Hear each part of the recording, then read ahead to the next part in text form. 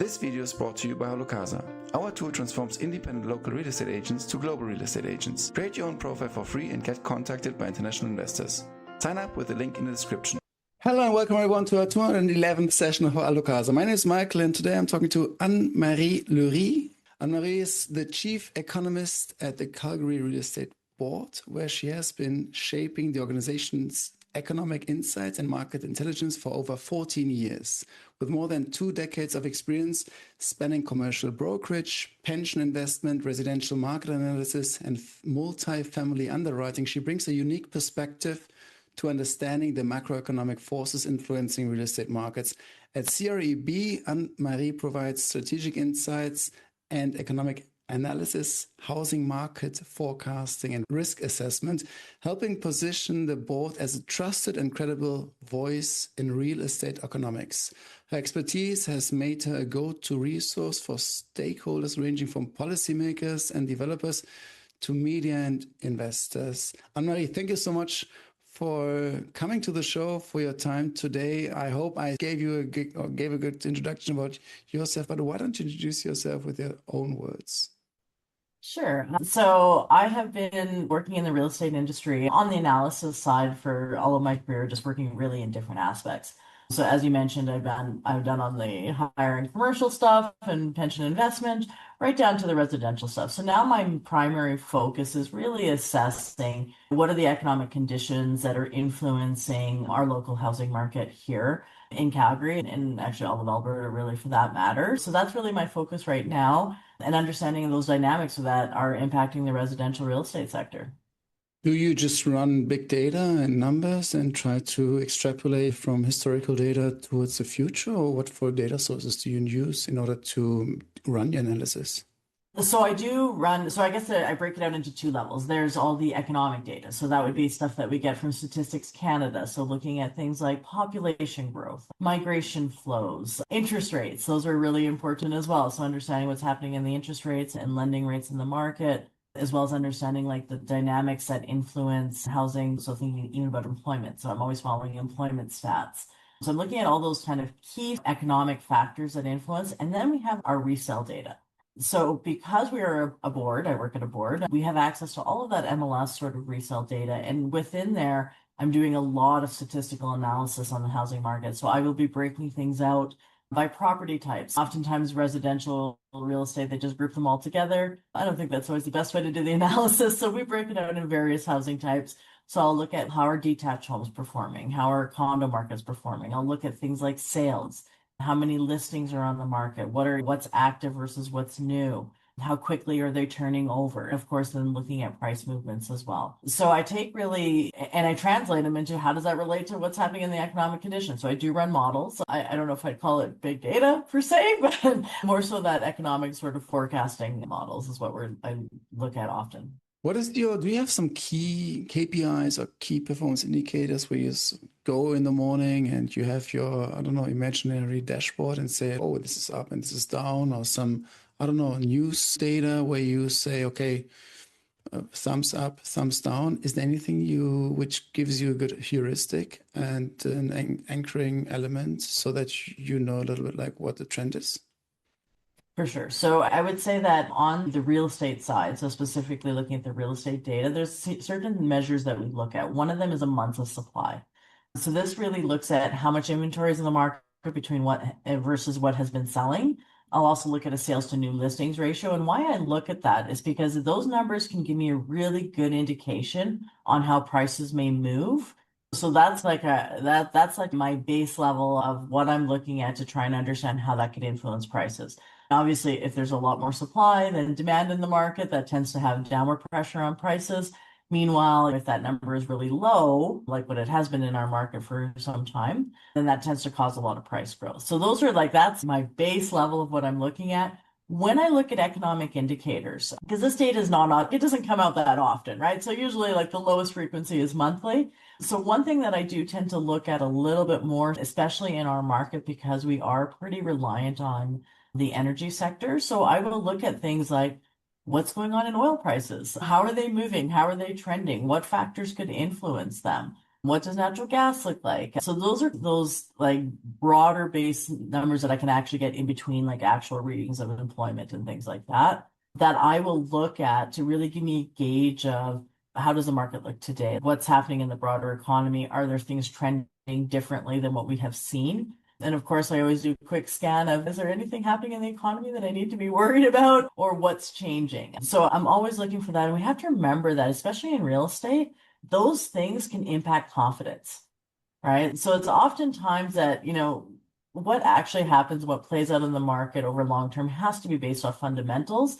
But some short-term fluctuations can really be impacted by confidence in the market before we even see it in the economic stats. So there's one thing regarding historical data, time series, and you're running your elements. And in hindsight, we always the wisest. We always have this cognitive bias saying, "Yeah, I should have known. Why didn't I know that?"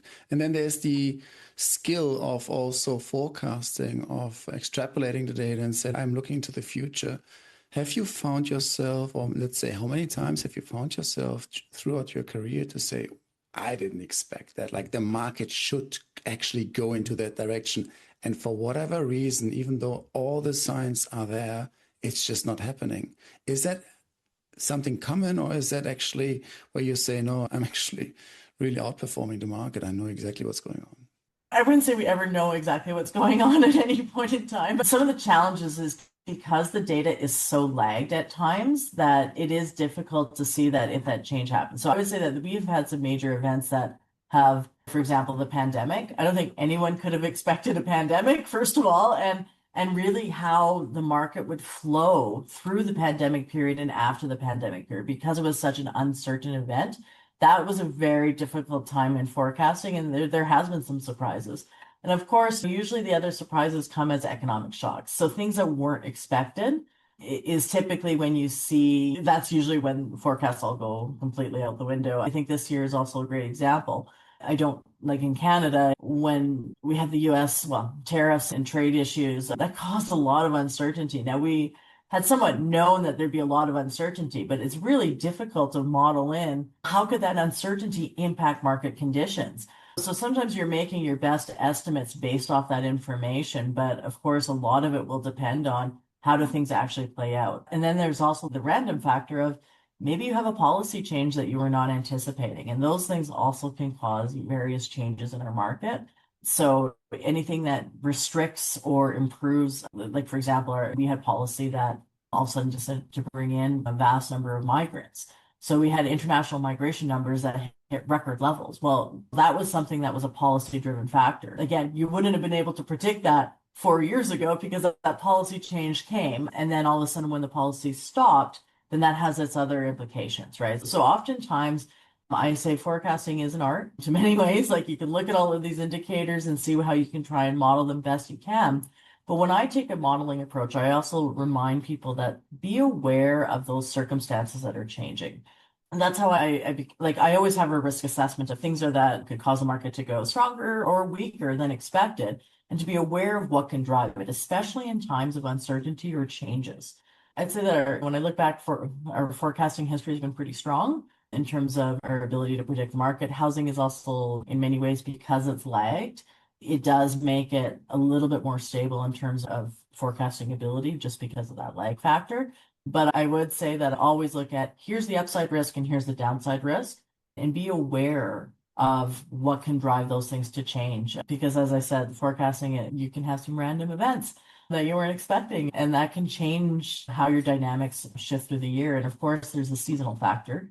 I'm not sure how prevalent that is in all markets, but in our market, seasonality is a very big thing. So your activity in the spring will typically drive the entire year. So if you have a shock that happens in the economy right through spring, then that'll impact the whole annual numbers, because we don't tend to see as much activity in the winter months versus what we see in spring and summer. So that's also another factor of when those shocks happen can completely derail your forecasts, especially if it happens prior to spring. And I think that's something we've experienced a bit this year because we had so much trade uncertainty into the spring housing market. We really saw that impact, despite the fact that the economic conditions really were not that bad at that moment. So nothing that was like your economic numbers are saying you still have pretty strong employment growth. There's a lot of other things that were quite positive, but that lack of confidence because of this shock happening right in spring, that tends to derail forecasts. So that's how I tend to approach these things is you take a forecast based off these historicals, but be aware of things that could change it and what those risks are to the forecast. Makes total sense.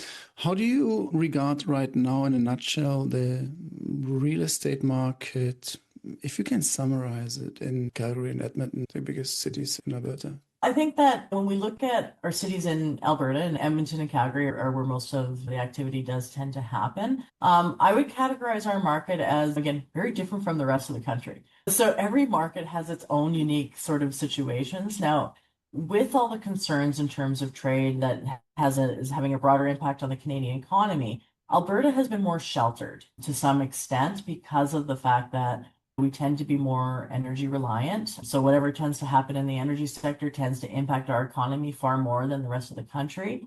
And because the energy sector has not been hit as hard by things like the tariffs and what's going on in the global sort of economy, we've actually managed to come out of this a little bit less scathed than some other markets.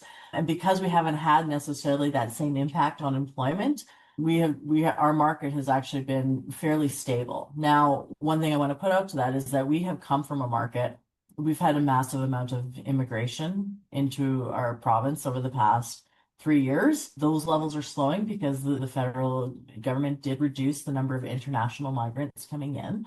So that has a slowing impact on demand.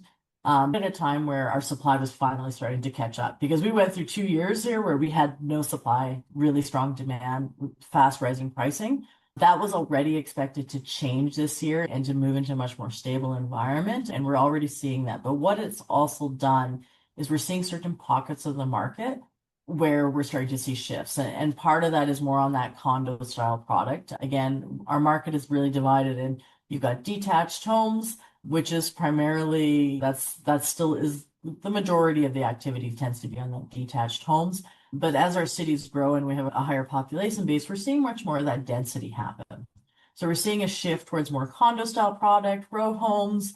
And because we had a lot of condo construction through that period of no supply, and there was that push to get that supply on the market. We saw a lot of new home activity, especially in condos. Well, that stuff is now being completed at a time when those migration numbers have changed. So what we're seeing is, especially on the resale side, we're seeing some weakness in that condo segment of the market. And we had anticipated to see some changes there just because you had so much supply coming on right at that time when those migration numbers should slow a bit. So that's impacting certain segments of the market. And we are seeing some price slippage there, not offsetting all of those price gains that we've had in the previous several years. But that's the segment of the market that we're starting to see some change. Meanwhile, the rest of our market is actually remaining relatively stable, despite everything that's been happening with all the economic uncertainty. We have, like I said, I do tend to watch what happens in the energy sector. There has been some energy prices are much weaker than they had been, especially over the past couple of years. So that tends to start to cool off some of that demand that happens, especially because it tends to translate into job growth. But on the whole, we've been really fortunate that we still have had a pretty strong employment situation. Now, there are differences between Calgary and Edmonton as well. Edmonton tends to be a little bit more affordable in terms of pricing relative to Calgary.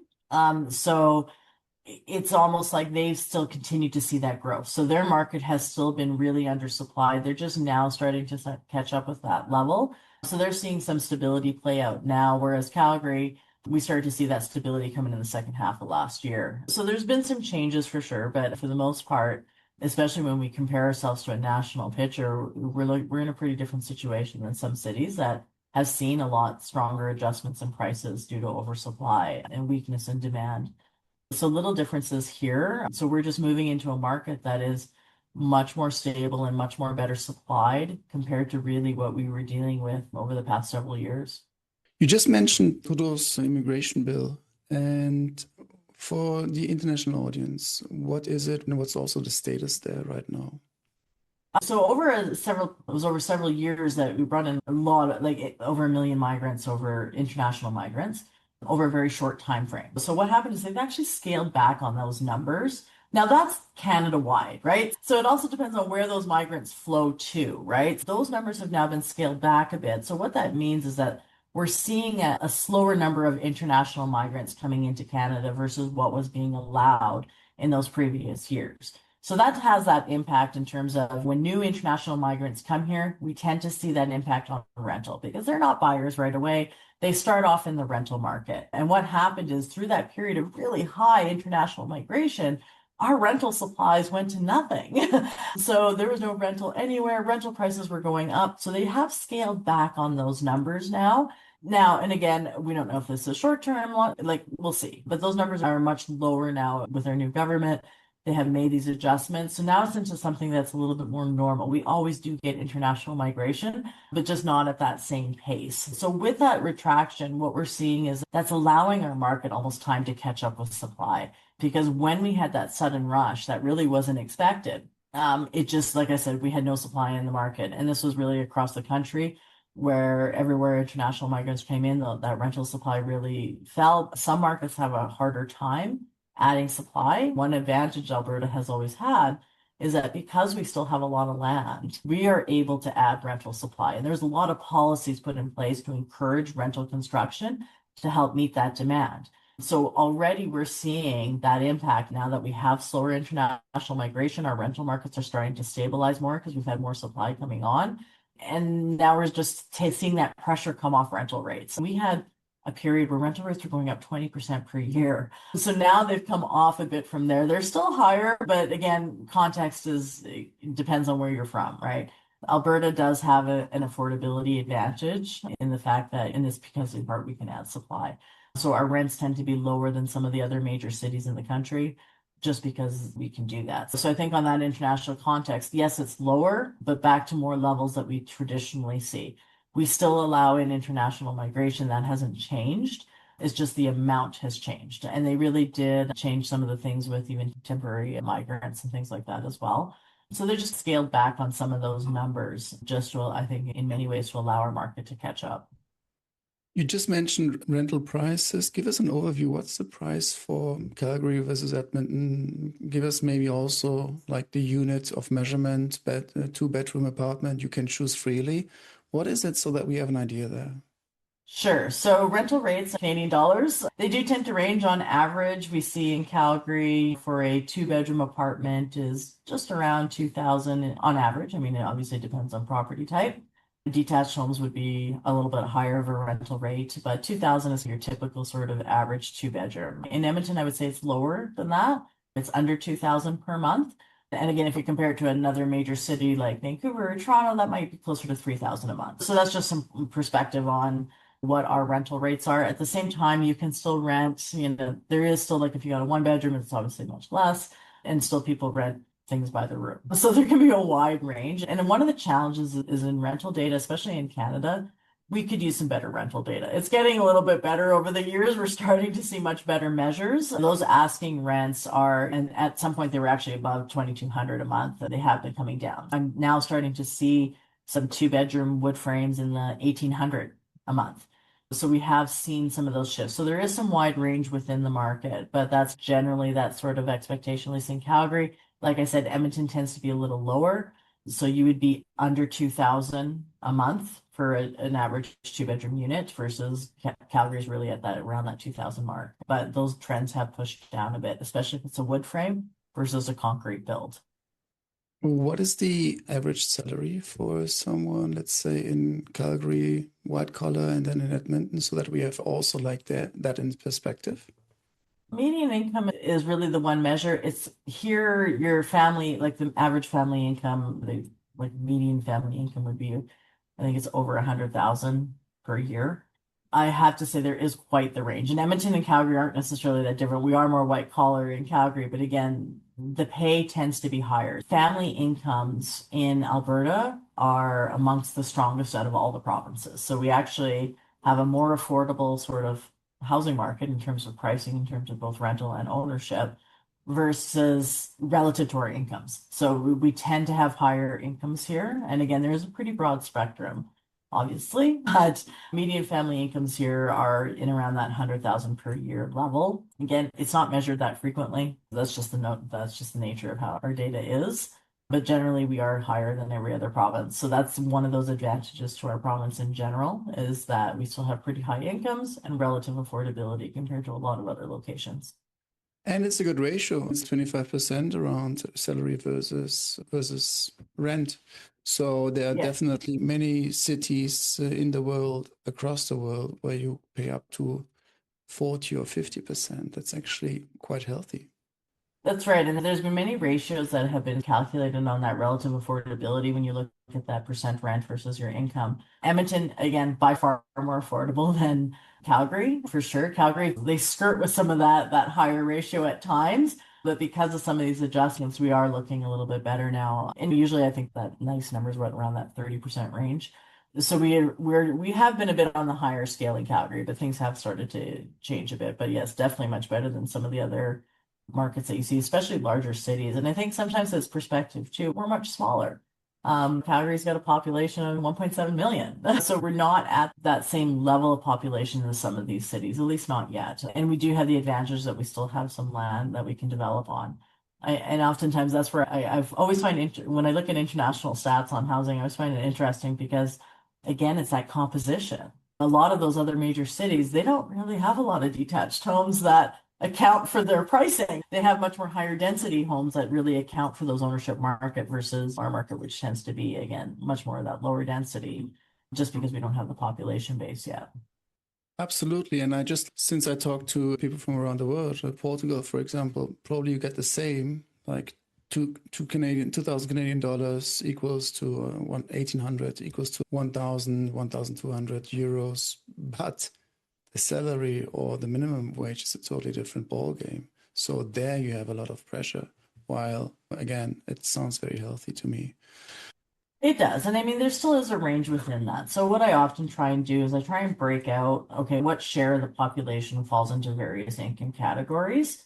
And then how does our housing relate on the scale? Because we know that even on the housing, there's a large scale between the low income versus within that range. And I wouldn't say that we don't have struggles for those who are really in the lowest income range. There is some affordability challenges, and especially because we do not necessarily have a lot of low income housing here. So that there is some challenges on the affordability non-market side. Where we have the advantages, we don't tend to have a problem on the market side. We have a wide range of products on the ownership side at a wide range, right? So that's actually helpful. But there are some definite struggles in the most affordable ranges for those who are earning 30,000 a year. In those ranges, like it's a little bit more of a challenge if you're in that lower income range. We touched upon renting. Let's talk about buying. What's the feasibility for, again, maybe a medium or median salary in Calgary or Edmonton, and someone who tries to get a 2-bedroom apartment? How much of down payment does he or she need? Can they buy together if they're married? And also obviously the interest rates which they have to face. I know it depends on the qualification or pre-qualification of the individual, but maybe in a ballpark element or idea, what can we imagine there? I think where I look at this is really the spectrum of what's available. So again, as I mentioned before, there's a spectrum of incomes, there's a spectrum of property types.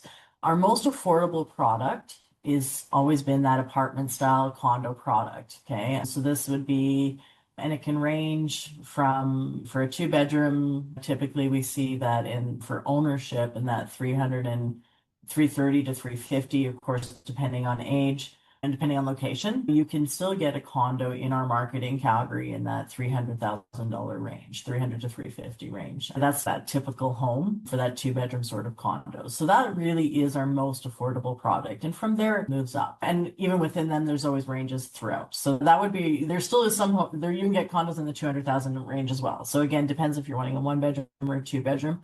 Typical qualifications, I would say, obviously your income matters. That still is a factor. As far as how much down, first-time home buyers, they tend to have certain advantages they don't necessarily need to have as much down. If it's first-time property, there's some CMHC, some government-backed programs that enables you to only do a 5% down, and it can range, right? Assuming you pay a higher, like usually there's a cost to that. So I think that when we look at affordability, because we have that condominium product, that does actually help, especially with those who are in that sort of median family income range. Then we look at the next sort of property types. So we also have a lot of semis and rows. You can still get a row property in that 400,000 range. Semis tend to be a little bit more expensive, just so you're just attached to just one other property. That's closer to that 600,000 range. And the typical sort of detached home in our market would be in that 780 range. Okay, so that's that spectrum of housing. Like I said, detached tends to be the most popular here, and we do have detached homes that are also available in the 600,000 range.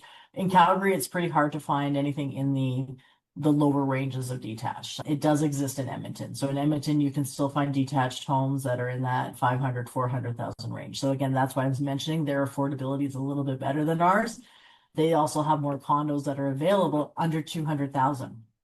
And as far as the qualification, I think typically any mortgage broker might say, and again, this is not my area of expertise by any means. Often heard 4 times your salary is like your estimate of what you could afford in your market. So if the median family income is 100,000, they could own something in that 400,000 range, of course, depending on down payment, qualifications, jobs, things like that. And of course, on the interest rates. So the fact that interest rates have been coming down helps improve some of that affordability as of late. But again, it really does depend on all those factors. So we do have the advantage that we still have a lot of product available in some of those lower price ranges. Where we tend to get some challenges is that what people want. So there's also that, especially here, tends to be the first preferences if you can own a detached home. If you can't own a detached home, then you tend to look for semis and then rows and then finally apartment condos. But when we think about ourselves on a broader affordability perspective, we do have a lot of housing options within the lower price ranges up to the higher price ranges. And again, Edmonton's affordability is even a little bit better. Another thing to think about in Calgary is we have the city proper, but we also have some surrounding communities that aren't that far, right? We have communities that they're still like they're small towns that are really not that far of a distance from Calgary, and then tend to also offer more affordability. And again, depends on what you can get for that. And one thing to put some perspective is our typical 2-bedroom sort of condo is just under 1,000 square feet, just for some reference. You are directly attached to the data and you have so much of insights. If you could maybe wave a magic wand and say, oh, actually, like I would implement these policies, I would definitely fight, I don't know, lack of affordable housing, or I would make sure that we have here some improvements. Is there a certain action plan in your head if you could talk directly to someone who has like the proper lever and say, listen, let's enforce these policies and let's implement them? I think that on the first basis, I think that they need to do a lot more focusing on non-market housing. I do think that we're underserved in terms of non-market housing. So things that are either lower rents. And again, because the problem is people talk about affordability, but you have to define what that affordability is. There's a wide range of affordability in terms of ownership, but it doesn't mean it's going to be affordable for everyone on ownership. So then you have to also look on the rental side. I'm not a proponent of rent control, which we do not have here. And I think that it's a good thing in many ways because we're able to add supply. The biggest challenge is what happens if we can't add supply. Right now, we're in a unique situation in that we do have land available to us. So that helps us keep our market really affordable. The challenge is how do we move forward beyond that? So I think that my first thought is right now we have the ability to keep adding supply. There's been a lot of talk about redevelopment and what that looks like. So again, I think that our policymakers are doing some great things with looking at more transit-oriented development. There's really good things that are happening in our market in terms of how are they going to increase that density. But again, their notion of affordability is building stuff that is, again, more condo-based, right? So that's a bit of a shift in our market because we tend to have low density housing, right? So how do you move away from that low density to the higher density, but still offer choice? I think policymakers do need to focus on non-market housing, no question. I think there is a lack of that and ensuring that it meets the needs. But in terms of the market housing, you have to still enable that wide range of supply. So as your city grows, how do we leverage some of that land we have? We have a lot of land around us. I think a lot of focus needs to be on transportation corridors. How do we move people more efficiently? You look at a lot of European cities, you have that transit system, you have that ability for people to easily access different locations within the city. That's something that I think we do lack. So we're pretty reliant on cars. In Calgary, we have transit, but people like cars here because we're spread out a bit. And the fact that we're spread out gives us that opportunity in terms of affordability. But how do we improve transportation? Because then we can leverage the fact that we still have a lot of land. If you can move people a lot easier and more efficiently, then that's actually a good thing. So I'm really big on transit-oriented development, which they're already doing to a certain extent. But I do think we need actually more transit options. As your city grows, I think that has to be a focus to make that efficiency happen in the market. There's a lot of talk in our city right now about redevelopment and densification. And again, because we have time, I think it's important for us to make sure that redevelopment really works, right? And how do you encourage, like, how do you give more certainty for that redevelopment? So taking a look at our existing communities, and while certain homes can be redeveloped in a certain way, how do we redevelop in a way that makes sense, giving both buyers and sellers comfort in what's theirs? Because there's people going to these communities, and a lot of them are really opposed to densification, which I get. And I think that really what is important as we move forward in terms of policymakers is how do we make sure that we redevelop in a way that makes sense? Making sure we keep all of those options in the housing market, which makes us pretty unique because again, we have a lot of land available to us. It is costly to develop new land, but ensuring that we're building the right product and in different ranges is going to be important. So again, focus on some of that non-market housing. I do think we need more of that, and transient-oriented development is very important, and making sure we have the infrastructure to accommodate growth.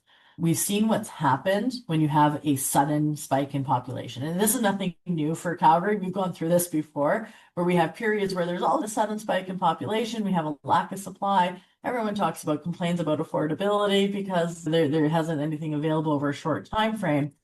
But thankfully, our builders have been able to ramp up and increase their supply to meet that. But the challenge is what happens when we don't have that ability to ramp up that production.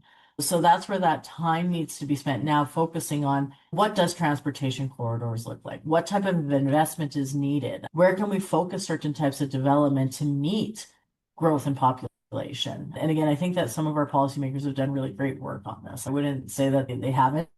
They're doing great things thinking about what does our city look like when we have a population of 3 million. I just think more needs to be done. And that spending, unfortunately, on infrastructure, I think needs to come sooner than later to enable that growth. I really appreciate the way you phrase it and you articulate it. And I say that because I hardly remember anyone saying it so clearly regarding the focus on public transport, to be honest. I've had Cosmos Theodoridis on the show from CEPI, who's fighting affordable housing. It's one of the biggest challenges we have across the European Union. He has perfect points regarding creating more utilization of already existing houses. But we speak Europe, obviously. So there's a lot of leftovers from past generations, which could be reused. I would like to double down on this entire transport element, to be honest, because while you were talking, I was actually checking the map in Edmonton and just like comparing one data point to the other. And I don't know, going from one part of the town to the other. By car, it takes me 21 minutes, and by public transport, it takes me 2.5 hours.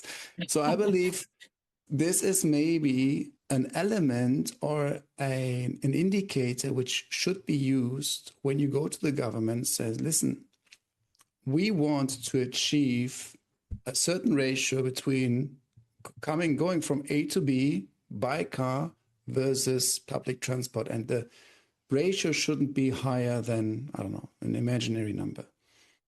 And then you say, hey, we have this goal to implement this across the city during the next 10 years. And then you can take the radius which you would like to cover and say, perfect, now we have this infrastructure, and now we allow the students or the singles or whatsoever to go across the country in a safe way from, let's say, 5 a.m. until 3 a.m. And yes, it is costly. It is obviously an investment. However, then we have the positive spillover effects and externalities on the entire city, by that also allowing for affordable housing, because you say it perfectly, there's enough space in the surroundings. We just have to allow the citizens to access them easier. What do you think about my 5 minutes top idea, on top of my head idea? I agree. And I think this is always a piece that people forget, is that everyone focuses so much on redevelopment, but it's if people can move around easier in your city, it opens up. The reason why we are affordable is because we can build in these new communities. The problem is, and everyone knows, you can't keep building forever. I'm like, no, but if you have transportation corridors, it makes it a lot easier for people to access different locations. And I think that's something that, again, it is a massive investment. And I get that. And the challenges in our market is, as you looked at it, getting around by bus is not easy. They're not running all the time. So again, when we talk about the challenge that we have in our market, especially today, especially when we talk about redevelopment, is these people who they're still relying on their cars. It's not easy for us to get into transit. Transit doesn't run at all hours. So if you are working shift work or you're working even at the airport, we don't have a train that brings us directly to our airport. So there's things there that if you do these things and you improve that transportation network, it really does unlock a lot of opportunities. And especially if you want to move away from that reliance on cars, because we know cars, they're very expensive. There's gas, there's all of those. That's part of that affordability equation. So to me, you have to provide a reasonable substitute. If you're somebody who's working in the evening or you're working shift work, how are you going to get to your place of employment other than a car? And if that time is taking you 2 hours to get on a bus or transfer this bus to that bus, and maybe with transit, that's just not efficient. I think that's important to develop that system. And I think one thing that we have an advantage for is we are a really young city. And if you put those corridors in place now, that could really set us up to be efficient for growth in the future. And I think that we should take that opportunity to do it, at least even just allocating, here's our transportation lines. They're going to go through these areas, and this is where we can expand, and even leveraging your surrounding communities and going, okay, we know that you're not in the city, but potentially there's an agreement there. And then it can take some of the pressure off development even within the city, and at least give us time to do that restructuring. Because like I said, we do have space, and that space is what has kept us affordable to date. The challenge is if you keep restricting any of that development, what happens as we move forward? Our affordability picture can look really differently, especially as populations continue to grow. Absolutely. And there are more methods of transportation other than subway or what have you. Taking, for example, in Bogota, you have a general bus lane, which works okay-ish for 10 million people in one area, but it does not require the city to go underground and to basically allow a lot of accessibility. And to the other point, it does not only have positive effects on, let's say, gasoline expenses and stuff. I see that especially from Switzerland. When you go on the street, you're almost getting scared because you see 11-year-olds alone on the street and being very independent, going from A to B using the public transport because this is just how the society works. Then obviously you directly don't have that pressure on the family members being their personal Uber driver. So you go, you're 11, you live your life, see you at night. I live my life, and basically like the streets are safe, but also the public transport is so reliable. So you have a lot of pressure also, even going into mental health for the family members. A lot of stress factors being reduced because you know exactly like your child is being taken care of, and you don't have to manage the entire logistic because he or she is going to the, football game and stuff. Oh, absolutely. And I mean, our transit safety is an important factor there too, right? And again, we don't have a subway system. We have our LRT system, but it's actually above ground. So and that's fine. That's a more affordable way to do it, but we need to make sure that it's fairly safe and fairly expansive, which currently it isn't. And I think that's areas that, again, it's ways that they're looking to improve it. But I think you look at some of these other major cities and we have nothing like that sort of system. I really think, but again, big investment activity, that there's big dollars that are involved in doing that. But I think that is actually something that is really important. Because you're right now, because I get it. I have a family. I know what it's like. Until they can drive on their own, it's a challenge taking them here and there. And there is no transport options that you would really feel really comfortable putting your kids on. So I think that is a factor, and having that ability is quite nice. So that's something that I really think a lot of focus needs to be done on, just to improve that connectivity. It's important. And most major cities have it. And I think that's something that we really need to spend that money investing in, improving that connectivity. And buses can work. I like rapid transit a little bit more. I'm not going to lie. I find that that's really much more efficient. And again, it's something that we're lacking in a bit, but I do think you can even achieve it with bus lanes. I think you have to be aware of it. It's like winter. It still is a bit of a challenge here. I feel like they can overcome this, but so that's why generally people prefer the rapid transit, right? Because they're not stuck on a bus as well when you have bad road conditions and things like that. We also have a lot of snow, long winter in Switzerland. There's no reason about that, Yeah, and you have much better. I think your system, your transportation systems are far better than what we've seen here. But again, we don't. The challenges is at what population base does it make sense to start doing that? I understand, it's also a revenue. It's a cost issue as well, right? It is a massive cost undertaking. Yeah, but you as an economist, you know exactly how you can also take more data points into the entire, let's say, again, I use the word externalities. How much of maybe medical health costs can you reduce by using that one? So there's so many spillover effects by triggering a certain or using one certain lever. But I really appreciate it, and I don't want to extend this conversation too long because I really appreciate the conversation we have had, and I also know your time is limited. Ann-Marie, thank you so much for the conversation. I really like the way it went. We started from a very high level economical point of view, and we talk about policies, the pressure on the rental, the immigration status right now. Also, the market went down then into the status of Calgary and Edmonton, and also on the buying element. And finally, we went very practical and went into one very strong element regarding the transport, which I find fascinating because I have never actually thought about it like that. Is there anything else you would like to mention with the audience which we haven't touched upon? I think we covered a lot. I think one thing I always tell people, it's really important to understand those dynamics, especially when you're looking at stats. Anytime I see some of these reports come out, I think people really need to look at it and going, what's included in those numbers? Understanding, often you hear these numbers comparing these different cities, but you have to understand the dynamics and how they're different in each of those cities. So understanding, when they show up, when I always see those total residential prices that they throw out, prices in the city for ownership, you really need to understand, well, what does that include? So I think that anyone who's looking at any of these stats or any sort of housing stats in general should really be focusing on what's included in that number. How does it break down, especially when you're doing cross-city comparisons? You got to compare it so I think that's a really important sort of thing just to remember whenever you're looking at it and understanding the different dynamics in each city, because they can be very different.